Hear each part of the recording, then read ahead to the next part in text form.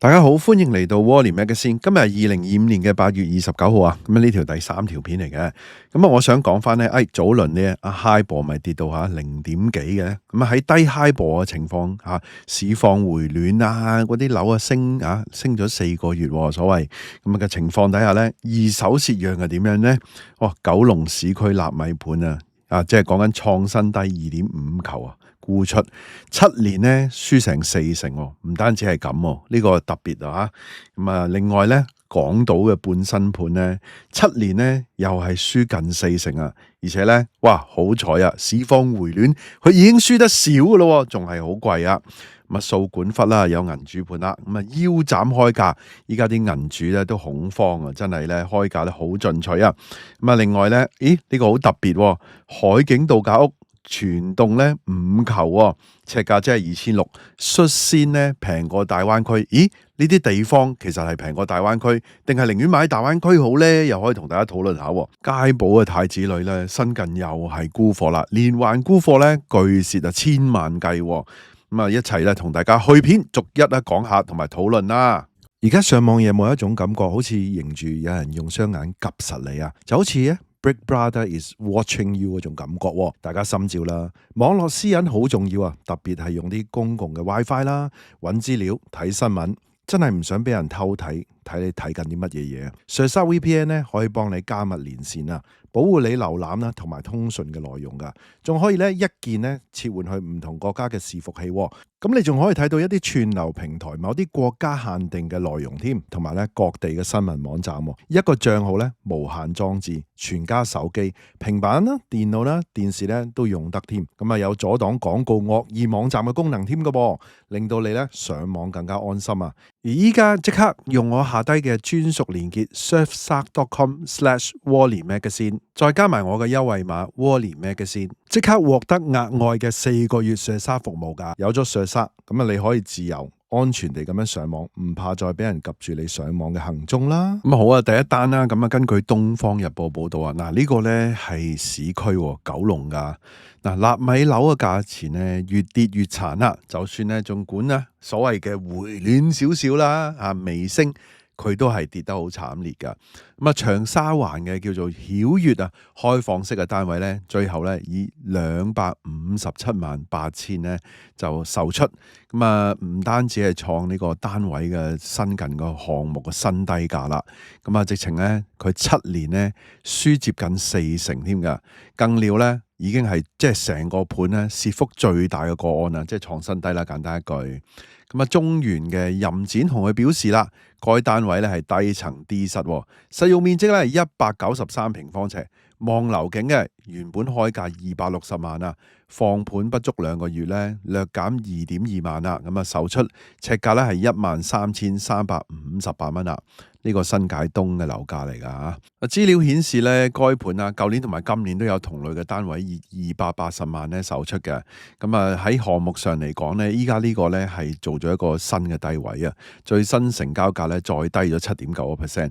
原業主咧2018年9月以4268000咧二手買入嘅單位嘅，當時咧尺價達到咧22114蚊嘅，跌好多呢個。持貨7年賬面輸169萬啦，蝕幅39.6%都唔係近4成噶啦，因為咧啲手續費咧係嘛，呢度咧有少少估嘅，特別咧原來咧佢呢個係即係業主呢個唔係銀主盤嚟噶，開拍嘅係拍賣嘅，都已經係有幾組客咧搶高個價錢噶啦，搶高嗰個價錢成交，但係咧仍然咧係要輸40%噶。即係呢個咧都誇張啊！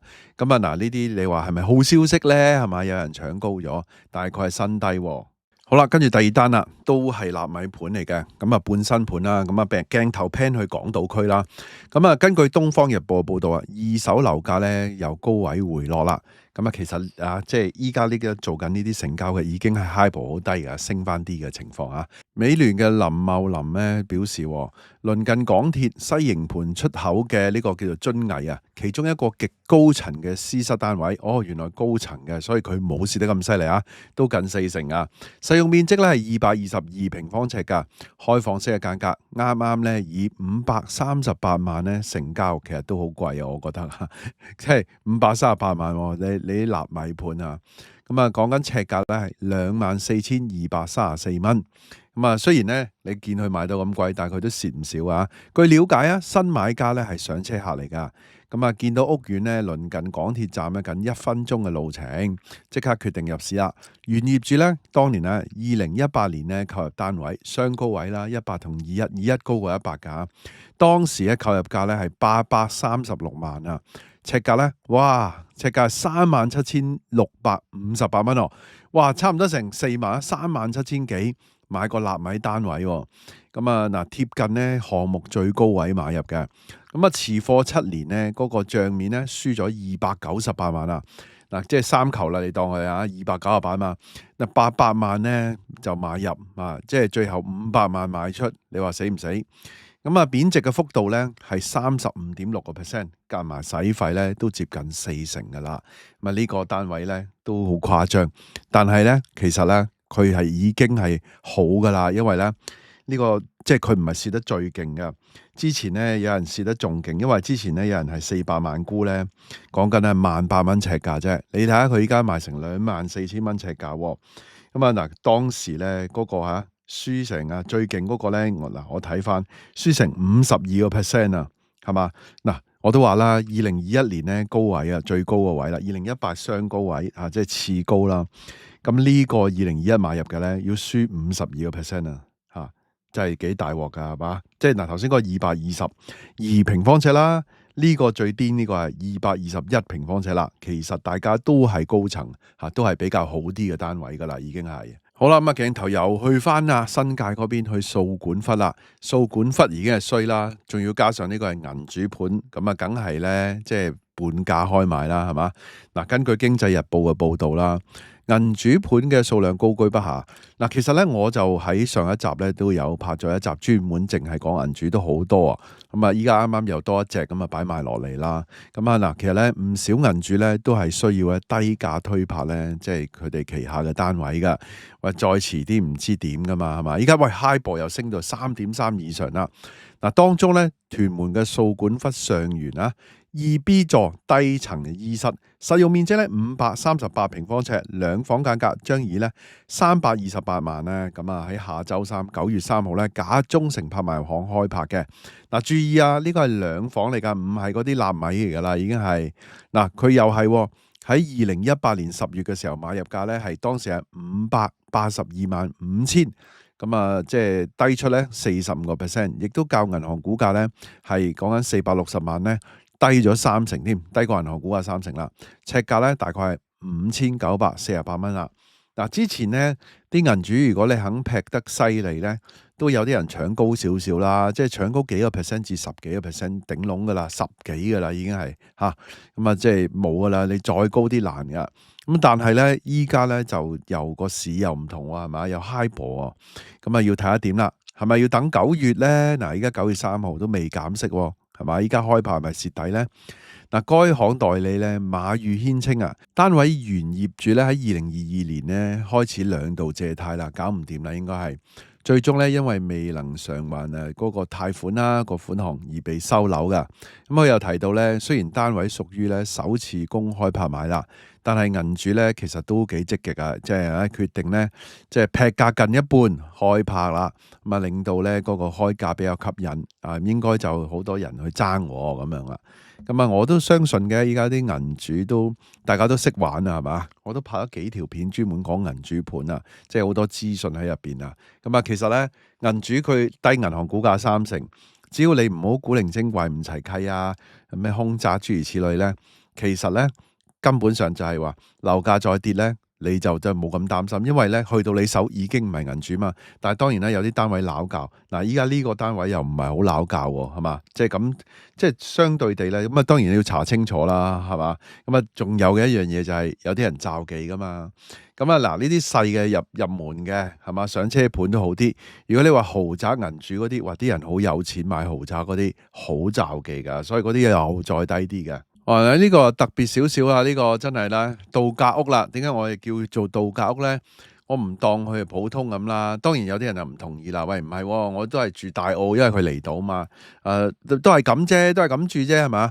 咁啊嗱，大澳依家咧平過大灣區啊。我唔係話平過深圳喎，深圳嘅1/3啦。咁啊，都好似好正喎，係嘛？咁啊啱晒係咪啲鬼佬咧？根據經濟日報嘅地產站報導啦，有業主咧減價求售啦。嗱，注意佢唔係銀主盤，亦都唔係空宅嚇。